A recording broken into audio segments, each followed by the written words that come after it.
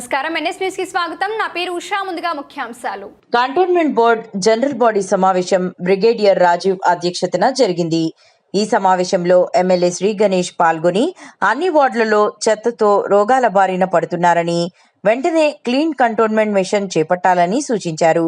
యూపీహెచ్సీల నిర్మాణానికి రాష్ట్ర ప్రభుత్వం 6 కోట్ల రూపాయలు మంజూరు చేసిందని, మిగిలిన ఎన్ఓసీలు త్వరగా ఇవ్వాలని కోరారు. అలాగే ఎలివేటెడ్ కారిడోర్లతో సమకూరిన 303 కోట్ల రూపాయలు మరియు 35 కోట్ల రూపాయలతో నాలాలు, డ్రైనేజీల అభివృద్ధి చేయాలని, పనులను వెంటనే ప్రారంభించాలని తెలిపారు.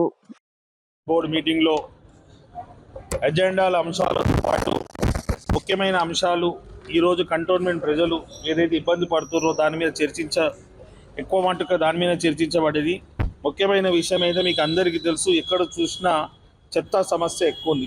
చెత్త క్లీన్ అయితే లేదు, చెత్త ఎక్కడ చూసినా అట్లా ఉందని చెప్తున్నారు. దానికి ఒక మిషన్ లాగా నేను ఒక సజెషన్ ఏమి ఇచ్చానంటే, క్లీన్ కంటోన్మెంట్ మిషన్ అని ఒకటి తీసుకున్నాము. దానికి బ్రిగేడియర్ గారు, సిఓ గారు ఒప్పుకున్నారు. క్లీన్ కంటోన్మెంట్ మిషన్ దాని ముఖ్య ఉద్దేశం ఏంటంటే, ఎక్కడ కూడా రోడ్ల మీద కచరా ఉండొద్దు, క్లీన్ అండ్ గ్రీన్ ఉండాలి. దానికి ఒక 8 రోజులు 8 వార్డులు నేను, సిఓ గారు, నామినేటెడ్ మెంబరు, ఇంకా ఎవరెవరైతే రెస్పాన్సిబుల్గా ఫీల్ అవుతారో ఈ కంటోన్మెంట్ ప్రాంతం క్లీన్ ఉండాలని వాళ్ళందరినీ భాగస్వామ్యం కావాలని కూడా మీడియా ద్వారా వారిని కోరుతున్నాను. మొదటిగా వార్డు 2 నుంచి స్టార్ట్ చేసుకొని తర్వాత వార్డు 3 రోజు ఒక్కొక్క వార్డుగా తీసుకొని మొత్తం కంటోన్మెంట్లో ఈ చెత్త అనేది లేకుండా ఒక పద్ధతిగా ఉండే విధంగా, ఏ విధంగా అయితే వేరే చోటాలు ఎట్లుంది మనము డస్ట్బిన్లలో వేసుకుంటారు, వారు వచ్చి కలెక్షన్ చేసుకుంటారు, క్లీన్ ఉంటుంది. ఇక్కడ అట్లా లేకుంటే మీరు వార్డ్ 2లో ఎక్కడ వెళ్ళినా కూడా రోడ్ల మీద చెత్త ఉంది, వార్డ్ 3లో వెళ్తే కూడా చెత్త ఉంది. కాబట్టి అక్కడ ఎక్కడ చెత్త ఉండకుండా చూడాలనేదే ఒక ఆలోచనతోటి అది తీసుకున్న నిర్ణయం. రెండో ముఖ్యమైన విషయం ఏంటంటే, మీరు ఎక్కడ చూసినా మోరీలు పొంగుతుంది, బయట అంతా నీళ్ళు వస్తుంది, ఇబ్బంది అవుతుంది. కాబట్టి దానికి జెట్టింగ్ మిషన్లు, దాని క్లీనింగ్ ప్రాసెస్ కూడా తీసుకోమంటే దాన్ని కూడా తీసుకుంటారు. మూడో విషయం, మనకు స్ట్రీట్ లైట్లు కావాలి.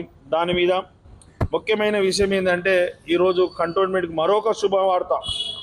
ఇంతకుముందు గౌరవ ముఖ్యమంత్రి రేవంత్ రెడ్డి గారి నేతృత్వంలో 303 కోట్లు ఎలివేటెడ్ కారిడార్కి డబ్బులు ఎలా వచ్చిందో, ఇప్పుడు ఇంకా 35 కోట్ల రూపాయలు ఇంకా అదీనంగా మన కంటోన్మెంట్ బోర్డుకు వస్తుంది. అంటే 338 కోట్ల రూపాయలు స్టేట్ గవర్నమెంట్ నుంచి మన కంటోన్మెంట్ బోర్డుకు వస్తున్నట్టు. ఆల్రెడీ 303 కోట్లు వచ్చేసింది. ఈ 35 కోట్లు వస్తే కూడా దీన్ని కూడా సేవరేజ్కి నాలాల గురించి యూజ్ చేస్తారు. కాబట్టి రానున్న రోజుల్లో ఇప్పుడు ఏదైతే సేవరేజ్ ఇష్యూ, నాలాల సమస్య ఉందో అవన్నీ సమస్యలు అతిగా మొత్తంగా పరిష్కారం అయిపోతుంది. రెండోది, ఎప్పటి నుంచో స్టేట్ గవర్నమెంట్ మనకు 6 కోట్ల రూపాయలు యూపీఎస్సీ గురించి కేటాయించారు. 4 యూపీఎస్సీకి 4 నుంచి ఇప్పటిదాకా జాగా ఇవ్వకుండా పెండింగ్ ఉండే, ఈరోజు 2కి శాంక్షన్ అయిపోయింది. బొలారం తిరుమలగిరి పెండింగ్ ఉంది, అది కూడా చేస్తా అన్నారు. మళ్ళీ ముఖ్యమైన విషయం ఏంటంటే, ఇప్పుడు హెచ్ఎండిఏ నుంచి మనం స్పెషల్గా ఫండ్స్ తీసుకొస్తున్నాం. గతంలో ఎప్పుడు ఈ విధం లేకుండా హెచ్ఎండిఏ నుంచి ఫండ్స్ వచ్చేది.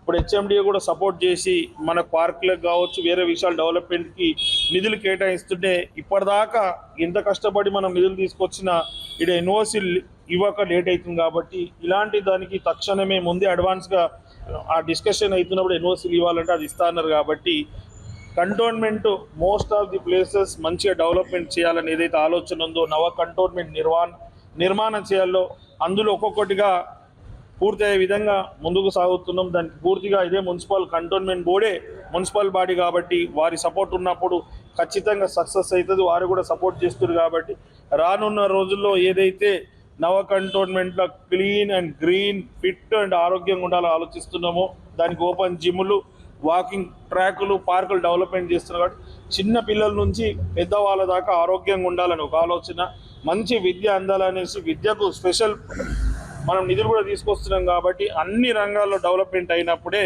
కంటోన్మెంట్ డెవలప్మెంట్ సంపూర్ణంగా అయినట్టు. కాబట్టి నవ కంటోన్మెంట్ నిర్మాణానికి ప్రతి ఒక్కరు సపోర్ట్ కావాలని మీ ద్వారా అందరినీ కోరుతున్నాను.